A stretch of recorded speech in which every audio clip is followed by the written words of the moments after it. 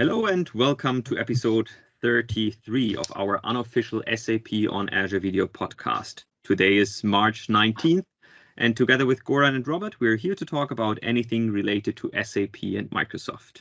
Hello, everyone. Hi. Hi.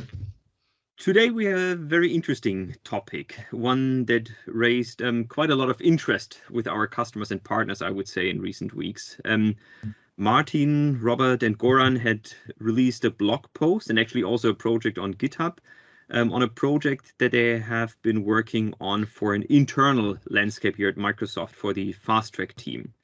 It is a very nice Power App that, in combination with some sophisticated workbooks, allows users to start, stop, and manage an SAP system. And we had talked about the blog a few episodes back, but since there was so much interest from customers, we thought that we would spend some time on this. So in this episode and also in the next one, we'll take a closer look and starting with Goran and Robert on the whole backend side, so to say, of the Power Apps. But as always, before we hand over to Robert and Goran on this, let's quickly take a look at some of the topics from this week. And I actually want to start with an announcement that was just released 2 days ago, which talks about the expansion of Azure availability zones. I think in some previous episodes we have talked about availability zones, how they differentiate from availability sets, what's different between different regions. And the fact is that as of today, we don't have availability zones in all the regions or in all the data centers, but regions. But now with this announcement, we are saying that by the end of 2021, we will have availability zones at least in every country, so not every region. So look at Germany or look at Europe, where we have Amsterdam or West Europe and North Europe. We have in Germany, we have Central and North. I actually am not 100% sure if the names is correct. And we will not have availability zones in each and every region, but at least in every country we will have an availability zone. So obviously this, if I'm a customer and I'm happy to have a local DR or whatever we might call it, then I can use availability zones for this, maybe in one of the regions, but I still have the possibility, and I think that's really powerful, to have a real DR within the country. So I think this announcement is really interesting. Then we just discussed, we talked about this before. Then going forward, new data center regions will launch with availability zones from the very beginning. We will have what else did we have here in the blog?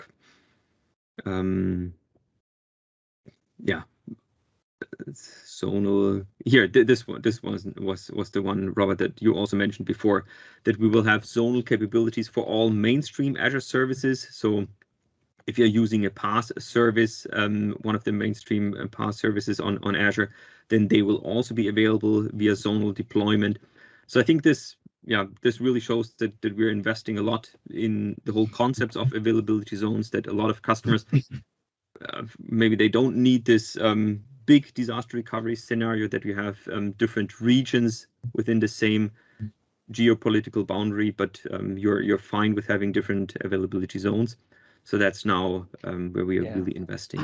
They're always highly asked for, and we are calling improve high availability. Many customers and some competitors are calling this high availability disaster recovery. Sorry. But still somebody is calling metro cluster because they are different data center, but very much asked for, definitely. And great news for SAP customers, really. Sure. Okay, then just yesterday, going to the next topic, there was a blog post by Jürgen Müller talking about the importance of low-code, no-code, that really going forward, I mean, if you look at the huge demand that customers have, and then the low number of, let's call them hardcore or real developers, there's definitely a need for low-code, no-code development. And Jürgen Müller talks here about SAP's approach to this. Obviously, he highlights that with the acquisition of AppGyver, with SAP Room, with other solutions that SAP has, with SAP's partnership with Mendix, that's their take right now on how to approach the whole low-code, no-code market, how these tools obviously can connect to an SAP system using OData and REST APIs and stuff like that. So I think it's really interesting to see that there is this interest in low-code, and that SAP is obviously also addressing the low-code area here for SAP consumption. Obviously, looking at this from a Microsoft side, we have the Power Platform, which also allows you obviously to connect to REST services, where we have the SAP ERP connector that allows you to connect via BAPIs and RFC to the SAP system. So we just come from a different angle, but I think it's really good to see that the whole low-code, no-code topic is something where SAP also really sees a lot of customers are asking for it, are looking for solutions. And the beautiful thing is obviously customers have a choice. I mean, you can go with AppGyver then going forward and connect to the SAP system, but obviously you can also use the Power Platform to do the same, or use some other low-code tools for this. Interesting along these lines. So when we talk about low-code, no-code, in a lot of contexts, or in a similar context, they're especially looking also at the Power Platform. Robotic process automation is also often mentioned. And Forrester released just a new Forrester Wave, where they looked at different RPA solutions.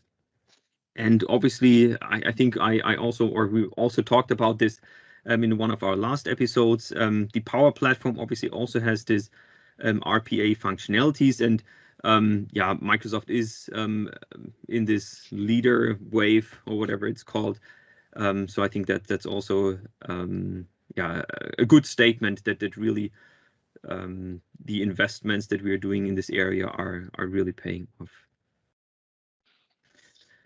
Okay, then the next thing that I want to highlight is, again, coming back to RISE with SAP. So obviously this was a topic in several previous episodes. I mean, it's top of mind for a lot of customers right now. And I think there was and there is still some confusion on what exactly RISE with SAP is. And I found this article here from SAP Press, and I think it gives a nice summary or overview of what RISE with SAP really is. So starting with the basics, here, one offer, one contract. I mean, a lot of these buzzwords or statements that we have heard before, but then also really digging into, well, what is actually part of it? So the S/4HANA cloud solution, the hosting, the network integration, business network integration, the BTP. So it gives a good overview of the different pieces that make up RISE with SAP. So I think this is a very interesting article that summarizes the different steps in a nice way. Okay, going to the next one. openSAP. So I'm a big fan of openSAP. I think they have some really fantastic courses. And just the other day, they announced that they have 5 million enrollments in their courses.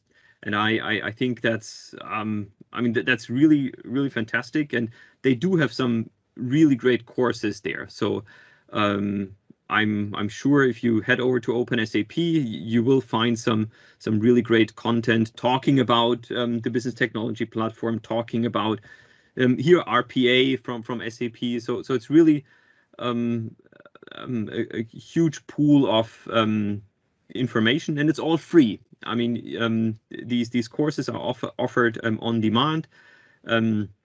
You can watch them there. There's a lot of content there. You can even do certifications. And I think as part of the this announcement that they reached 5 million. I think even the certifications are again free or something like that. I'm not 100% sure, but yeah, check it out. I think it's definitely worth looking at. Then one last thing, our colleagues Ravi and Nathan have also started a new podcast called SAP on Azure Talk. They have released 2 episodes. I guess they will release another episode in the next few days. They have a very informal discussion. They talk about SAP on Azure in general. The last episode was about HA, so Ravi drilled down in some of the HA concepts, or what makes up high availability in Azure, how you do this and stuff like that. So if you are interested in this, then check out the podcast from Nathan and Ravi here. Okay, so with this, that was the news from this week basically, and with this we want to switch gears and we want to take a closer look at this Power App that Martin, Goran, and Robert had released, where I think we got some very positive feedback from customers and partners. Similar like the ABAP SDK that Microsoft had released some time ago. I think the idea came out of an internal requirement that within Microsoft, within the FastTrack team, we needed to have a solution for a certain problem. And yeah, Martin, Goran, and Robert sat together and created this Power App, the underlying services. And yeah, maybe instead of me explaining and talking about this, maybe I can hand over to Robert and Goran. I think Goran, everyone knows you already on the podcast, but Robert, maybe you can quickly introduce yourself, and then I'll hand it over to both of you to talk a little about what you have done there. Gladly, yes, and thank you for having me. So I'm Robert Byro. I am an engineer on the Azure for FastTrack, FastTrack for Azure team, and I work with SAP customers. Have been doing that for the last 15 years, and I think that 2+ years at Microsoft now. And exactly like you said, this idea came from customer asks, from partner asks, and there's a lot of internal asks that our team is 200, 300 engineers all across the globe.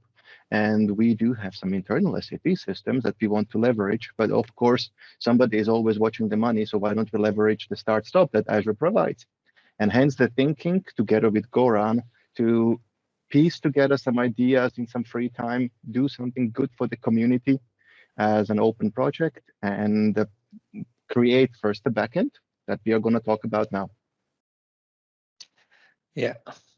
So that's that was a nice example of internal collaboration. But again, it's internal need, but also external. So many customer and partners are asking for, and also Robert Boban works with the partner. There are many screaming about this functionality. Just to say, it is a kind of open source, so to say, community stuff. So there is no official, it's not official Microsoft service or product. It's just open source stuff, meaning everybody can take it and squeeze it and adjust it, of course. No support there, but still there is a need and customers are using it.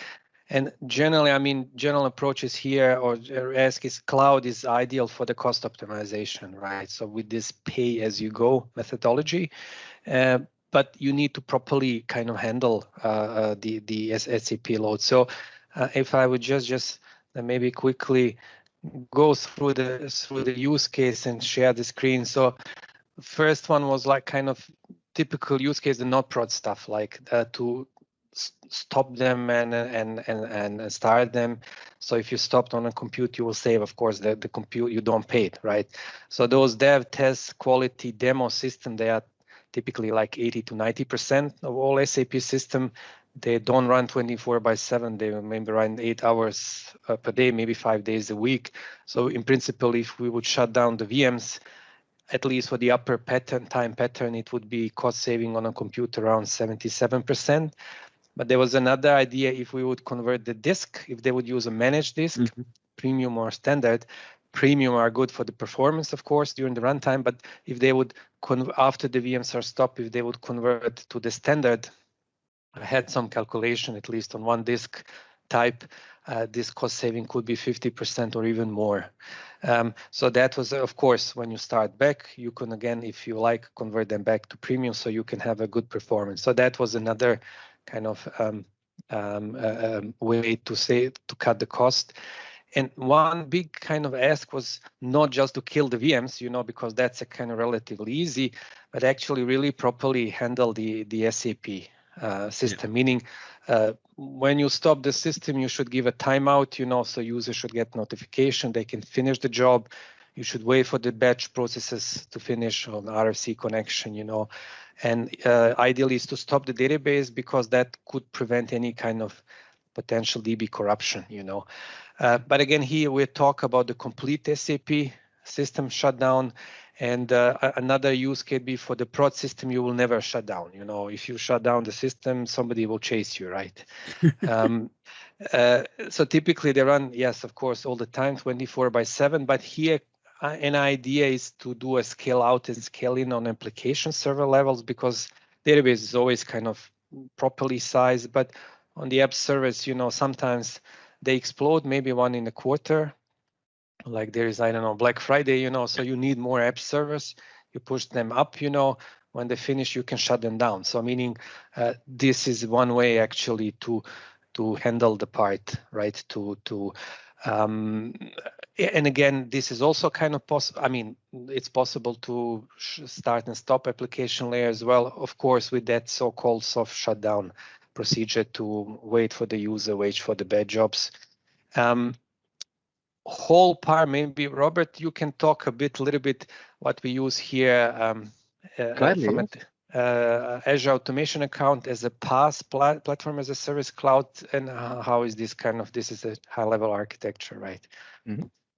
So in order to automate all this, we definitely need some logic that handles the SAP part, that handles the database part, and also can trigger certain commands within the VM for SAP, but also start the actual SAP infrastructure.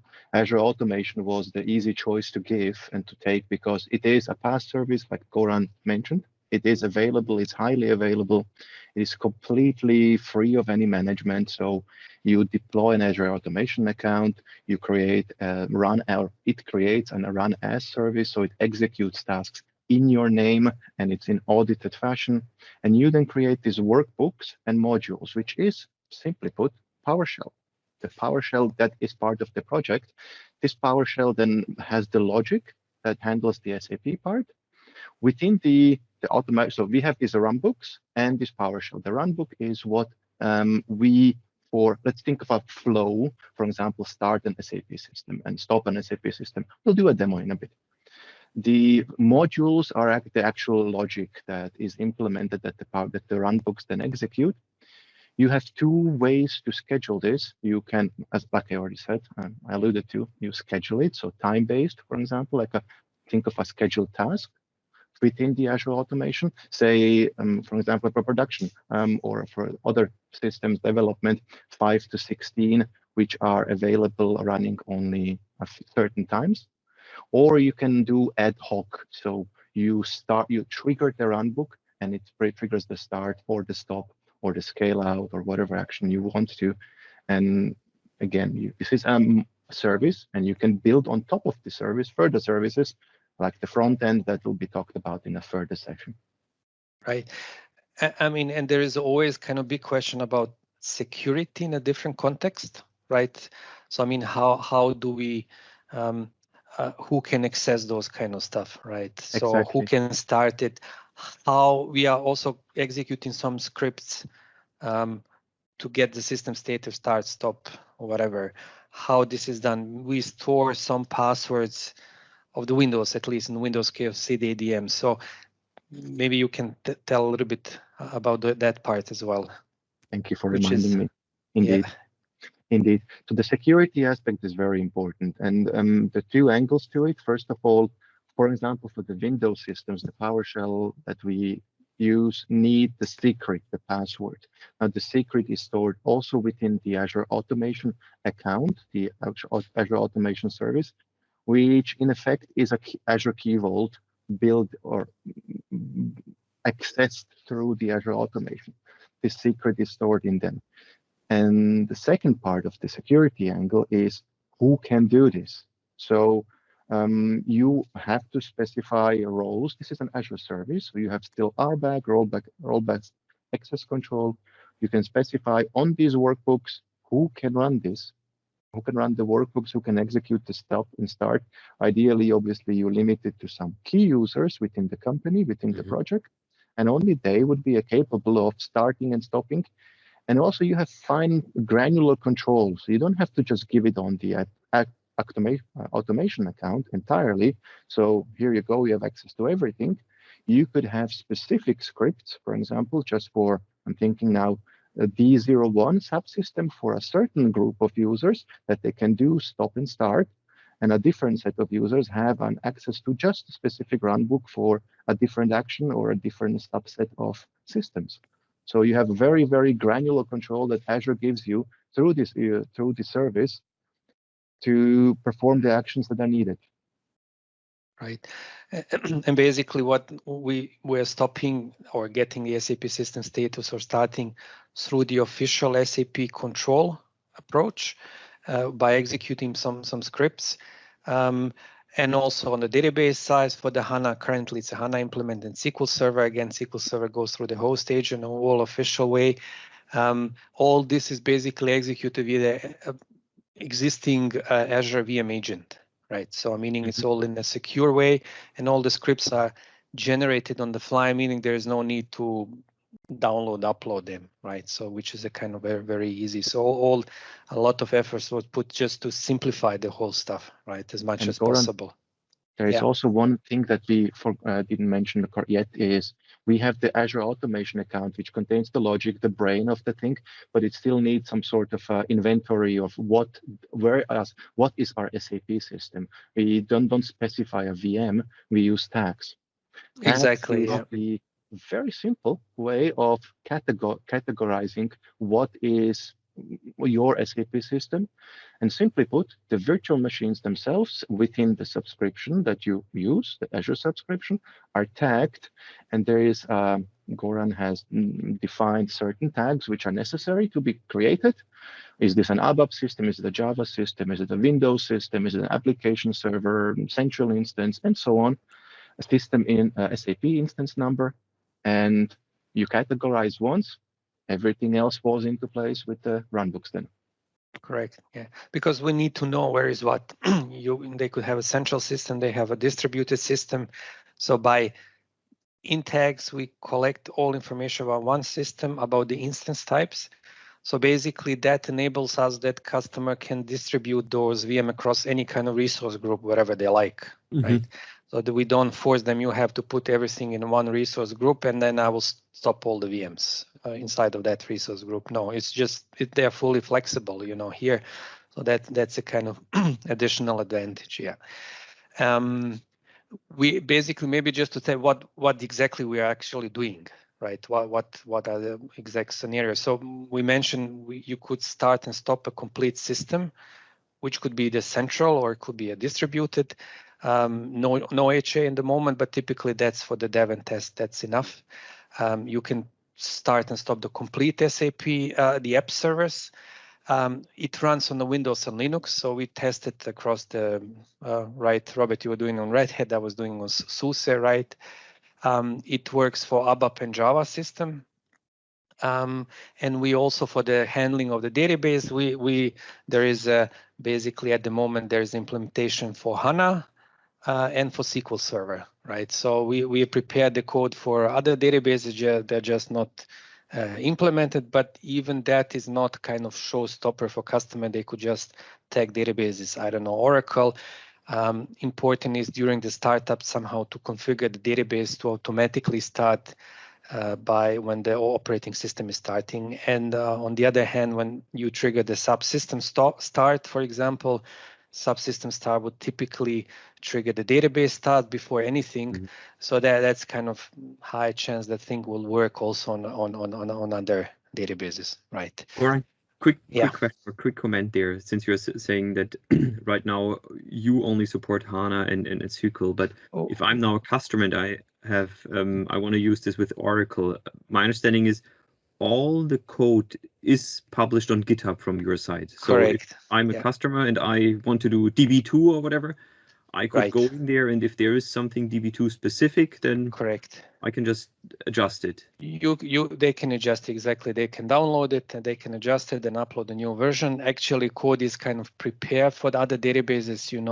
already inside, so they can adjust it. Yeah, if there would be a need. Yeah. So again, it's you said we support. We don't support. We just give to others. But yeah, custom. It's an open source, meaning anybody could download it, change it, and edit. Maybe we will also extend it a bit if we have a time and resource if somebody would ask. But generally, code is kind of ready, right, to do it. And again, just to highlight, I mean, this is not a product from Microsoft. Exactly. This is just. I mean, this is.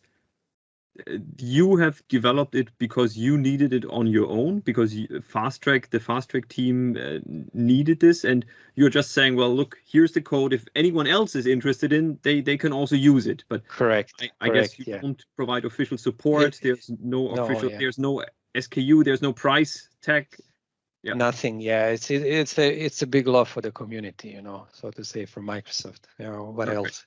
And actually, that's a good point. Also, I mean, because from the cost perspective, I was calculating some cost on the behind for the Azure Automation account. It's really nothing. It's just nothing. Like it's nothing. Few cents. I don't know per month. It's zero. And nice is trying. Sorry to jump you there, but actually I was trying to get the real cost that we have to pay for our environment, which is shared for several subsystems and it's really daily started and stopped. And it was such a tiny little amount on Azure cost management that I couldn't, I mean, there's a $1 or something similar. It was a really, really, really tiny for this automate. Yes, per month. $1, nice, yeah. Yeah. And again, we talk about platform as a service, cloud service, meaning there is no management, there is nothing. Basically, you just use it, right? So this is typically can be, I mean, management software. If it's not done as a cloud service, it can be really complicated to manage it itself, right? So it's an overhead, and he is really nice. It's just a cloud service. It's there, it works. That's it, right? Maybe we do show some, Robert, some demo a bit. What do you think? Sounds like a good plan. Yeah. So let me actually just show you a concrete. Actually, I have a video recording because this can run for 20 minutes, but this would be actually example of an SAP system, or the landscape that I'm using. It's actually it's using HANA database on one VM on Linux, of course. App in red. Red is the important to remember. Red is the database layer. Application layer is green. For fun, I put it on Windows, right? So because this is also official supported version, and it also works here. I have two app servers and central service, meaning 3 VMs, right? So if I would, for example, just let me jump here. Here is the database VM in one resource group. I put it intentionally. Here are the application layer, meaning 2 sub application servers, 1 central services in another resource group. Again, just this full flexibility here. There's no need to be everything in one resource group. And for example, if we would check the database VM, and I'm checking as an example of one VM of the landscape, it's tagged with information of HANA SID, about HANA instance number. Subsystem SID in this case is the same, PR2, but it could be different database instance type. All other VMs are also tagged. So basically, these are the information about the system landscapes. And just to double check, for example, on the disks, on this HANA VM, all the disks are premium, right? So if I would check here the SAP system status management console, I have 3 instances, 2 app servers, and 1 is the central service. All are green and up and running. And if I would check the database, HANA, okay, it's one instance and it's green, right? So, I mean, basically what I'm doing here, I'm logging with an SAP user, and I'm starting SM51 transaction, which will list me all the application servers and give me their status, you know, so meaning I have, okay, 2 of them, they are all active, they're green, right? And then exactly, so these are 2 first, and the third instance is the 2 application servers. Now, if we would jump quickly to the Azure Automation account, and you need to have, we develop some runbooks, right? So runbooks are PowerShell runbooks, and the point is you need to somehow, they're used for starting, stopping, listing, and tagging, exactly. So we simplify the whole process of the tagging by also offering the runbooks which would tag. Of course, anybody can do it manually, but it can be an error-prone work, so it's better and easier to use the runbooks to tag it itself. Now, the problem was also, I mean, no problem, but how to onboard the whole stuff. I mean, we do have okay in the GitHub, as you mentioned, Holger. We could download from the GitHub, and then we would need to import it here from our local PC, right? So, but that was a bit complicated procedure. And then actually was the idea from Robert, and great work. So let's put on a so-called PowerShell Gallery, right? So maybe Robert, you can tell a little bit, you know, what we were doing here, so to say, with the PowerShell Gallery, yeah, and what is used for. So for the people who don't know PowerShell, like me, PowerShell Gallery is actually a public repository, a website, PowerShellGallery.com, I believe, where people can upload their PowerShell code, tag them, tag the code, give it some versioning information, and publish it free of charge. It stays on the PowerShell Gallery. It's a central repository. You can have your own repository for a company, of course, private repositories, but we are using here completely public PowerShell Gallery. And this is what also Azure Automation here is using. If you choose the PowerShell Gallery as source, you enter the name, as Goran in the video is showing. He's looking for start stop. He already shows him 3 different runbooks. So these are all 3 different PowerShells. You click on the import button, and there it is. You don't have to upload zip files, firewall preventing you getting PowerShell files from somewhere from the internet unsigned. This is on the PowerShell Gallery. It's signed. It has a version number, who did it, and again, it's a community build. It's a community-driven approach. Right. Yeah, and nice is that because there is integration from Azure Automation account directly to the PowerShell Gallery, so we can do this kind of stuff, right? You can easily onboard it, you know. So that is the way for the runbooks. And of course, there is also one PowerShell module which is used by the runbooks, which is also, again, could be locally uploaded, but why to do like this, you know? So we also put it on a PowerShell Gallery. So meaning if you just search for SAP and Azure, put it here as a keyword, you find it, you know, you click it, and you click import, and that's it. So basically everything, all this is also explained in the detailed documentation, but the point is here, the whole process is really simplified, onboarding process, right, is simplified, yeah.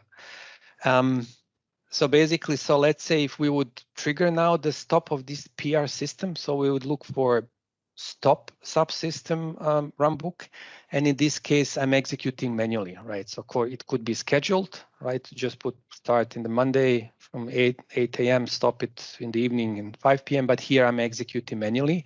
So what you need to do and put an SAP SID, and here is important, yes, soft shutdown time. So meaning there is the whole built-in stopping mechanism inside of the SAP kernel, where you can say you can immediately stop an SAP system, but you can tell it, okay, give it some timeout. So when you say stopping the SAP system with a timeout in such a called soft shutdown mode or graceful mode, the SAP will automatically go into internal process of stopping one by one stuff, not immediately, meaning user will get the pop-up, right? So and it will wait for some time that user are logged on. When the users are logged off, it will wait for some time batch jobs to process, for the RFC to be closed, so on. So basically here I'm passing 240 seconds, specifying this is my soft shutdown, which I give to SAP system, right? And also here I have an option to convert the disk. Default is not to do, but I'm choosing here actually to convert the disk to standard. So they are premium. And I said, okay, now please also convert to the disk to the premium when the VMs are stopped. So on the beginning, the Runbook automation is starting. And first it will find the system in the tags, right? It looks for the tag and looks for the instances, and it will list all the instances, meaning so first it will say, look, okay, I have one central services instance on one Windows VM. I have another app server on another VM, and I have a third VM also on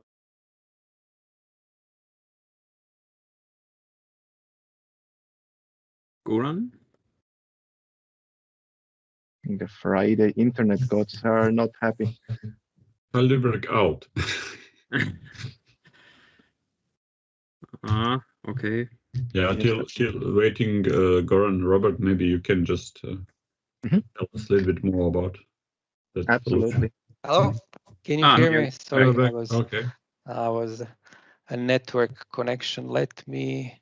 Are you seeing the screen? Yes. Saw your output, Okay. exactly. And that's perfect. So, Right. so that's exactly where we stopped. Yeah. Yeah. Okay. So basically, this is the Windows system. Now it's listing also the HANA instance, right, as on a Linux, and it's fetching this SAP system status, right? So it will fetch. Okay, there are 3 instances, and they are all green through those backend integration, and it will trigger now. They are all really green. Is just a double check? They are really green in the Microsoft Management Console in those SM51 transaction.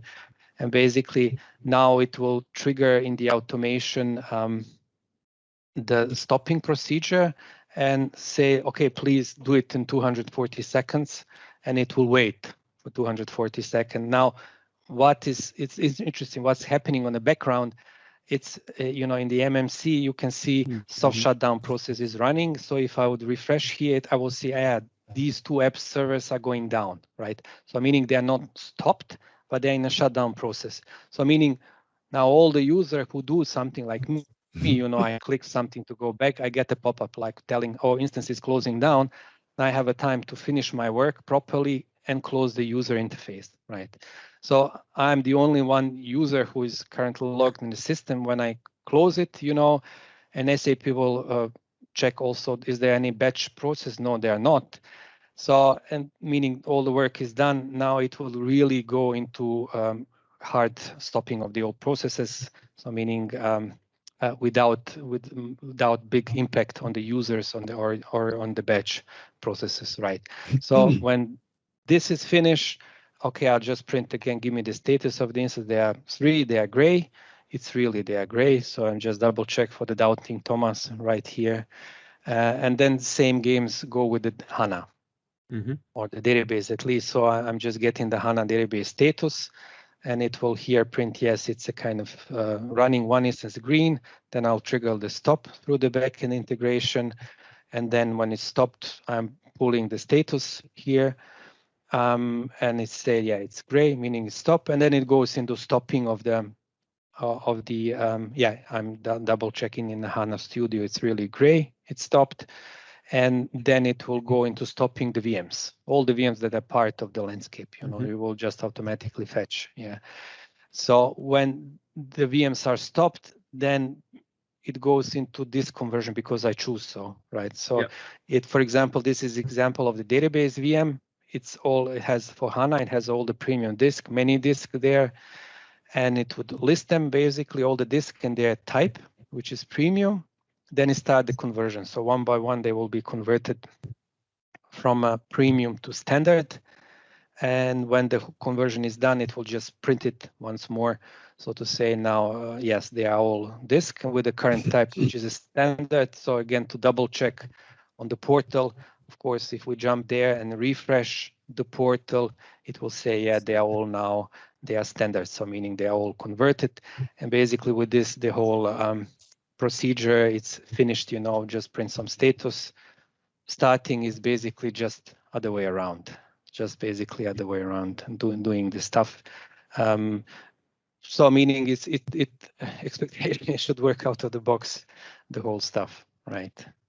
Very nice. So you said that I think you cut the video to make a little. I cut it. Yeah, it all runs. For example, this case 25 minutes because I give a little bit time and it takes time to and you have the start timeout and VMs. everything. Right. Yeah. Exactly. So, Exactly. Regarding that part about time, do you have some feeling how much time you need to convert per gigabyte, per terabyte from premium to standard? I mean, this conversion, those disks are actually, I believe, quite big, around 1 terabyte. Those P30. One disk goes fast, maybe, I don't know, 10 seconds, something like this. 10, 5, 10 seconds. It's just really fast. It's fast. It's fast. Again, default is not to do it, but if people want to do it, they can do it, right? Okay. Yeah, I mean, I could imagine. I think if you look at Microsoft IT, and I don't think we are doing this right now, but when Hans talked about what Microsoft IT is doing, that we have a lot of systems that are shut down by default. I expect that they are most of the time, yeah, they are shut down. And obviously, with this simple trick that you introduced there, I'm sure that we can save even more money there. Yeah, I'm afraid for the Microsoft consumption, here. Yeah, one of our big partners here in Germany is using that trick for converting over the night, and they're saving. Okay. I mean, not big amount of money, but the savings there. Yeah, I mean, especially if you're a partner, and I think you not only have one system, but you manage hundreds of systems. Then they have like hundreds of those non-prod stuff, for example. Hundreds of them, and it could be really huge, and on the disk, I was just thinking, okay, that was example of saving on P30 actually disk about for 8 hours if they would run premium 5 days a week, and if the rest would be stopped, so it would be 54% for the P30, for example. But actually, I think the standards, they are also not charged like premium for the whole disk size. They are charged for the amount of data. The standards are charged for the amount of data. Typically, they will never be full, right? It would be probably less. So meaning those savings could be even bigger. Those savings could be also bigger on those. Of course, it's for the managed disk, but option we can't do something here on the other stuff, but this is a possibility. Managed disk and especially premium, they're quite popular for the good price performance ratio, right? So meaning double saving on the compute and on the storage. Yeah. But it's a good example, especially for the sandbox systems or systems which are, like you said, like Olga said, default off. It's off. I cannot save it anymore. Yes, you can. Quite a bit.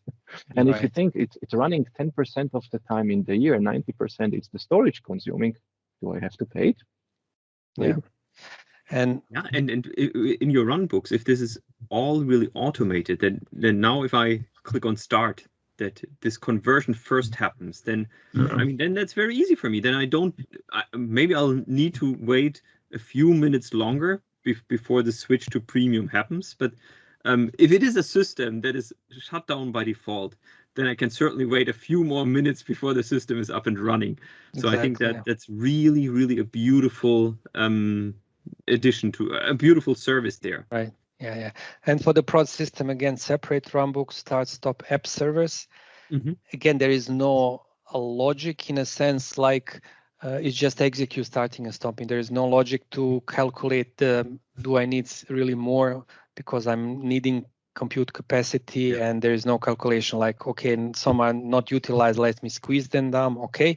So meaning in a practical term, just start and stop them, right? But in a practical term, that could be maybe useful for the situation where I mean, the SAP basis and they know there is a load coming, Black Friday, I mean, no one like, okay, comes on a quarter end closing, exactly. And this is typically, I know, many customers, they have like, especially on their on-premise, they will oversize their environment simply because they want to make sure they are ready for the peaks, okay?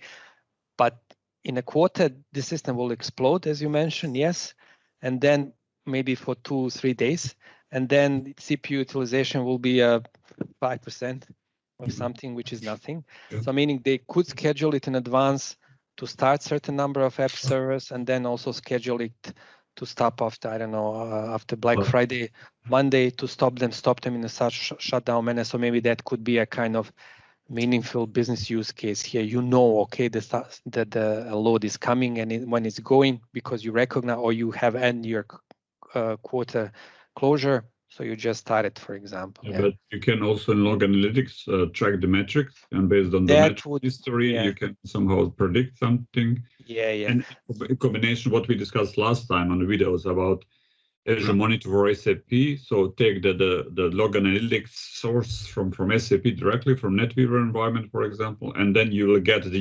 utilization for application server itself, combine that with virtual machine, and then decide. Exactly. Everything is there. You can just simply combine that. It should be combined. Yes. Need some more intelligence inside of the SAP system, When it's log on log-on groups, where they are, which VMs, not to stop all the, that it's a bit more more logic should be bid. But basically, yes, you're right. So it could be combined, track down the CPU utilization, and put basically on the top additional intelligence, which would then decide, okay, what to do and when to start and when to stop, right? And then maybe call this existing Runbooks, for example. Yeah, that would be the next science fiction story. Well, it's available on GitHub, so maybe we find a partner or a customer who wants to invest there. Exactly. So, Robert, anything from your side to mention?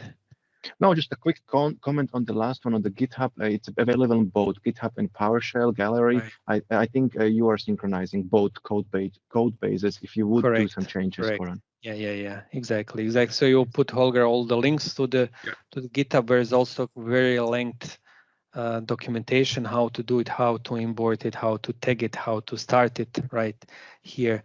So should be helpful. Some customers are already using it also. And if someone needs help, we'll post the Goran mobile telephone so you can. Yes, I'll post in addition my bank account number. It was a joke, guys. So no worry here. Yeah. So this was basically the first part, as you mentioned, Holger, backend. Now, there's a next week, really a cool part, what Robert and Martin were doing there on the front end, using the Power App as a UI from your mobile to fetch all the systems and get status. And one interesting really internal request is actually what internal community is using. They are having shared environment that they use for the demo. And so there are multiple persons who want to use it, and there was a request, actually a feature to do a reservation, so Holger comes and see, okay, here the system is free, he is reserving it and nobody else can do it, right? So after the reservation is done, basically, then the Power App will trigger the stopping of the system by triggering the backend. So that's also kind of nice additional use case, so to say, maybe as a kind of and I like it. People love the UI. I mean, here UI is Azure Portal, right? Azure Portal, which is possible. It's kind of simple, right? But here what Martin, Robert, were basically, they were showing also the status of the SAP system, the status of the VMs, which VMs, automatically pulling all the SIDs by automatically, pulling the list on the Power App, and just to use it on a mobile or even browser. It's really cool. And simple to do it. Yeah. A little teaser for next time as well is that would be exactly the teaser for the next time. Exactly. So that's I love this part. It's really easy to use it, nice user interface, and cool stuff. So basically, it's then bringing together the front end and back end here. Perfect. Cool. Thanks.